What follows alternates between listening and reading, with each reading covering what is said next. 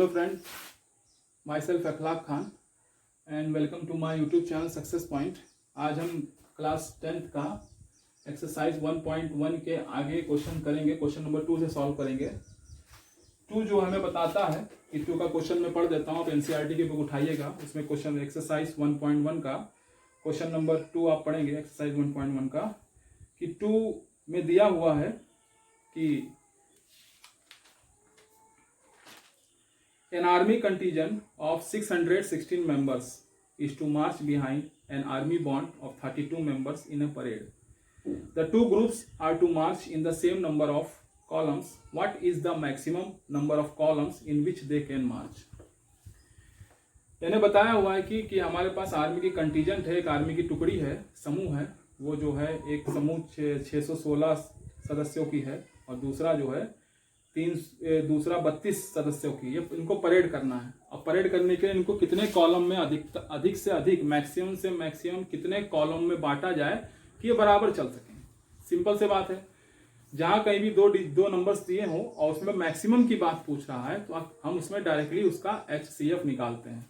ठीक है, HCF long division method से निकालिए आप। उसके बाद उसको यूक्लिड डिवीजन लेमा में रख दीजिए, उसके फॉर्म में रख दीजिए और उसके बाद आपका आंसर आ जाएगा। तो ठीक है, इस क्वेश्चन में HCF निकाला जाएगा। तो HCF निकालने के लिए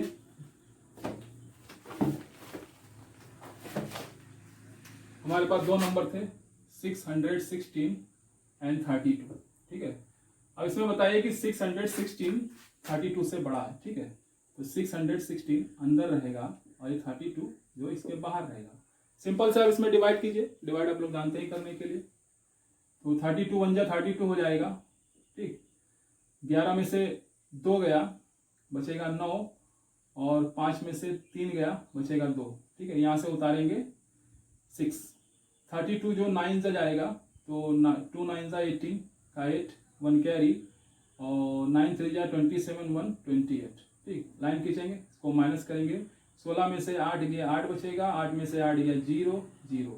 अब देखिए यहाँ पे रिमाइंडर मेरे पास 0 आ गया। तो HCF का क्या रूल्स था कि जब तक मेरा रिमाइंडर 0 ना आ जाए तब तक उसको डिवाइड करते रहिए। डिवाइजर से या भाजक से उसको, भाजक है ना, डिवाइजर है, डिवाइजर से उसको डिवाइड करते रहिए। ठीक, तो यहाँ पर डिवाइजर यहाँ पे लिख दूंगा मैं 32। 8 4 जा 32 माइनस होगा और यहाँ पे 0 हो गया। तो 8 जो है ये पूरी तरह ये 32 जो 8 से पूरी तरह से डिवाइड हो गया। तो इसका मतलब यहाँ पर HCF क्या होगा, मेरा 8 होगा। ठीक है, अब इसी को यूक्लिड डिवीजन लेमा में आप यूज कर सकते हैं।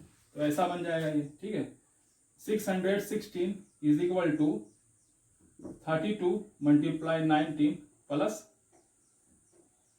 प्लस यहाँ पर आपका हो जाएगा कि 32 को 19 से मल्टीप्लाई किया और उसमें अगर मैं 8 को ऐड करूं तो मुझे 616 मिल जाएगा। उसके बाद फिर 32 को अगर मैं 8 मल्टीप्लाई 4 के उस फॉर्म में लिखता हूं, 0 ऐड करता हूं, तो यहाँ पे जो 8 मेरा डिवाइजर जो आएगा यहाँ पर ये मेरा HCF होगा। तो HCF इज इक्वल टू 8 हो गया। अब इसको आंसर में लिख सकते हैं हम लैंग्वेज में कि the maximum number of columns they can March is, यहाँ पे लिख सकते हैं the maximum number of column they can march is 8। Clear. अब चलिए इसको देख लीजिए, यहाँ पे लॉन्ग डिवीजन मेथड से किया गया। उसके बाद इसको जो है यूक्लिड डिवीजन लेमा का प्रयोग करते हुए दिखाया गया है। ठीक है, तो ये मेरा आंसर यहाँ पे 8 आएगा। अब क्वेश्चन नंबर 3 की ओर बढ़ते हैं। क्वेश्चन नंबर 3 आपके पास है।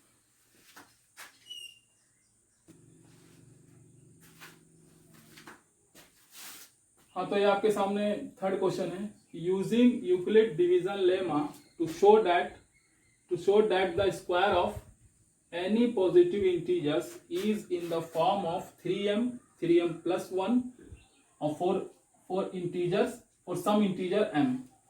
यानी कि हमको ये बताना है कि यूक्लिड डिवीजन लेमा का प्रयोग करते हुए हमको ये दर्शाना है, ये दिखाना है कि स्क्वायर ऑफ, यानी स्क्वायर मतलब वर्ग होता है। स्क्वायर, ये 2 टर्म को समझिए, ये स्क्वायर और यहाँ पॉजिटिव इंटीजर्स।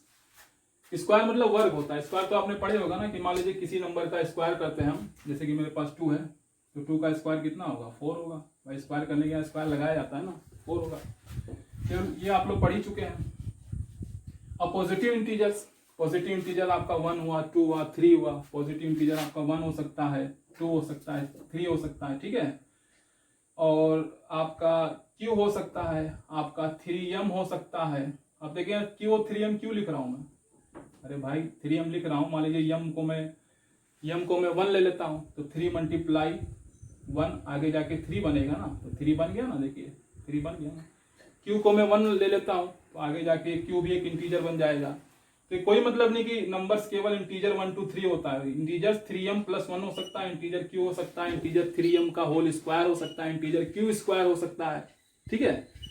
क्योंकि ये चीज इसलिए बता रहा हूं ताकि आप इसी का प्रयोग आगे आपका होगा, तो आप लोग इसको पहले से जान लीजिए, ठीक है। अब क्वेश्चन पे आते हैं कि क्वेश्चन आपके पास दिया हुआ था कि किसी भी नंबर का स्क्वायर करेंगे, कोई भी नंबर पॉजिटिव इंटीजर हो तो वो किस फॉर्म में होगा, 3m + 1। हमको एक बात ये बताइए कि मान लीजिए मैं पहला नंबर लेता हूं, 3m को मैंने लिया। अब देखिए 3m में ये m जो है कोई भी इंटीजर है। अब इसको अगर मैं यूक्लिड डिवीजन लेमा में अगर रखता हूं तो ये +0 = या मान लीजिए x कोई नंबर है, x कोई नंबर है जिसे मैं 3m + 0 फॉर्म में लिख सकता हूं। अब देखिए यहाँ पे x आपका c हो गया, या आपका d हो गया, m आपका q हो गया, या आपका 0 हो गया। अब देखिए यहाँ पे ये कंडीशन मेरा यूक्लिड डिवीजन लेमा की कंडीशन बन रही है। यहाँ पर ये चीज यहाँ पे बिल्कुल बन रहा है। अब हमको ये बताइए कि यहाँ पे ये जो d है ये 3 है, तो 3 जो क्या था यहाँ पे d, जैसे भाई 3 जो है वो m से मल्टीप्लाई हो रहा है ना भाई, d जो q से मल्टीप्लाई हो रहा है, m से मल्टीप्लाई हो रहा है। और यहाँ पे ये कोई नंबर है, ये नंबर मान लीजिए यहाँ पे x है, ठीक है। अब 3 को मैं m से मल्टीप्लाई करूंगा और इसको करने पर मेरे पास यहाँ पे रिमाइंडर आएगा। रिमाइंडर 0 हो सकता है, 1 हो सकता है, 2 हो सकता है, 3 नहीं हो सकता है। क्योंकि आपको मैंने बहुत पिछले ही वीडियो मैंने बताया है कि कभी भी यहाँ पे रिमाइंडर वो जो है वो डिवाइजर से बड़ा नहीं होता है। समझ रहे हो आपको, डिवाइजर से रिमाइंडर जो डिवाइजर होता है वो हमेशा रिमाइंडर से बड़ा होता है, ठीक है।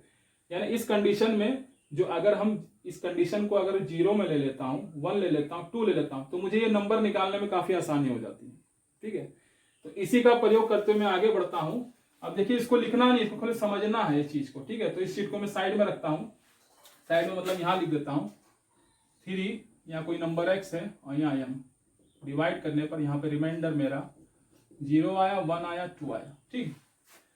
अब इस क्वेश्चन में आगे बढ़ते हैं, ठीक है।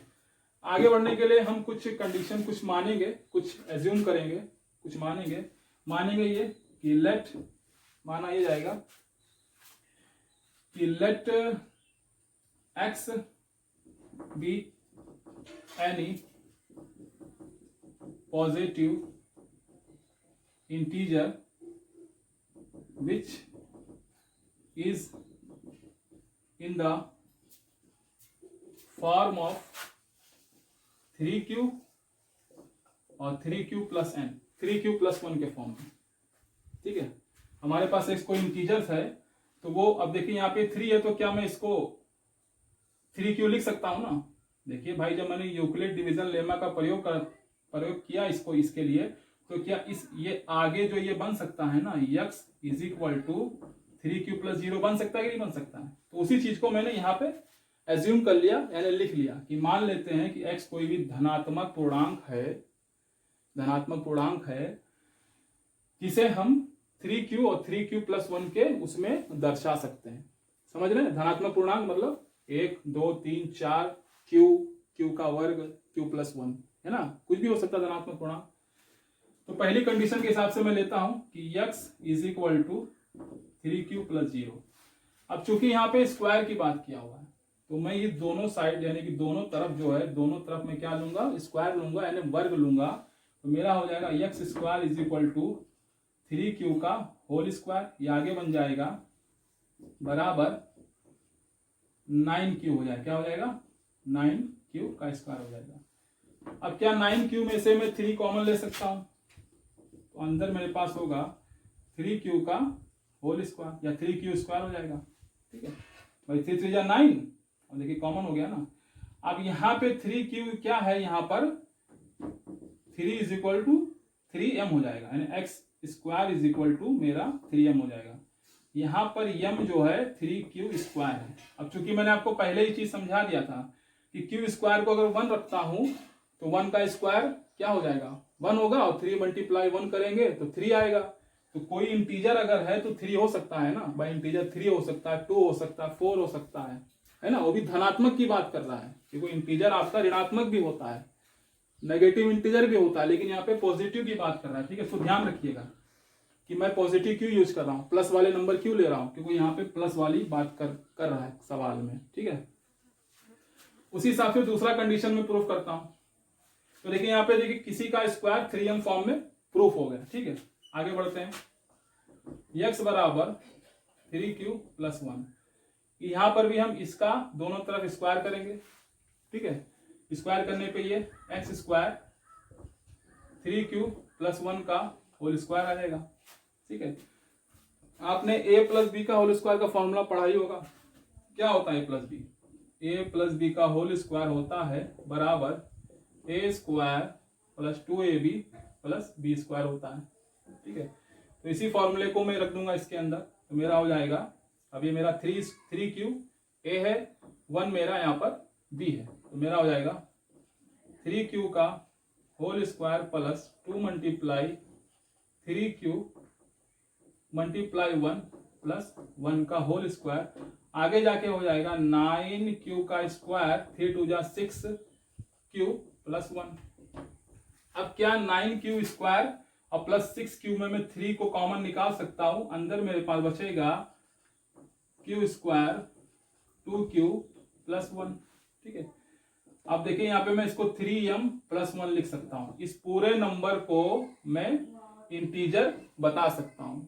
क्यों, मान लीजिए q को मैं 1 रखता हूं, तो 3 मल्टीप्लाई 1 का स्क्वायर प्लस यहाँ पे भी 2 मल्टीप्लाई 1, यहाँ पे 3 हो गया, यहाँ पे 2 हो गया, 3 2 को जोड़ दीजिए 5 हो जाएगा, और 5 क्या है आपका पॉजिटिव इंटीजर है। ठीक है, तो यहाँ पे आपका, इसलिए मैं इसको इंटीजर मान सकता हूं, और इंटीजर मानने के लिए मैं इसको m रख सकता हूं। तो मेरा एक्स स्क्वायर बराबर प्रूफ हो गया। ठीक है, अब देखिए मुझे प्रूफ करना, दो चीज प्रूफ करना था, 3m और 3m प्लस 1 को प्रूफ करना था, जो कि मेरे इस कंडीशन से ये प्रूफ हो गया, सिद्ध हो गया कि किसी का भी स्क्वायर ऑफ धनात्मक पूर्णांक पॉजिटिव इंटीजर का स्क्वायर जो है वो किस फॉर्म में होता है, 3m और 3m के प्लस फॉर्म में होता है। यहाँ पर ये चीजें प्रूफ हो गई।